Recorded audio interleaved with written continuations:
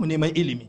In ma mun nemi ilimin, malaman da ke karantar da mu su ne waɗanda kuma muke renawa yau. Ni matsala na duka kenan.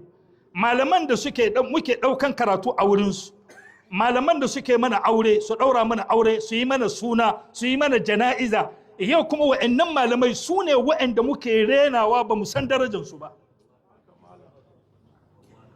Imamu Ibn Abbas, Abdullahi ibn Umar ya ce ta'allamul ilm wa ta'allamu lil ilmi saqina wa tawada'u liman tu'allimuna minhum.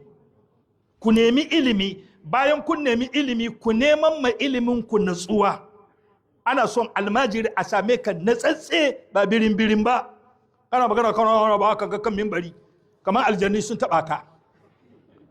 Ka zamo mai natsuwa, sa'annan ka zamo mai tawadu ga waɗanda kake ɗaukan karatu a wurinsu. In dai ka zo na gaban malami, to ka zamo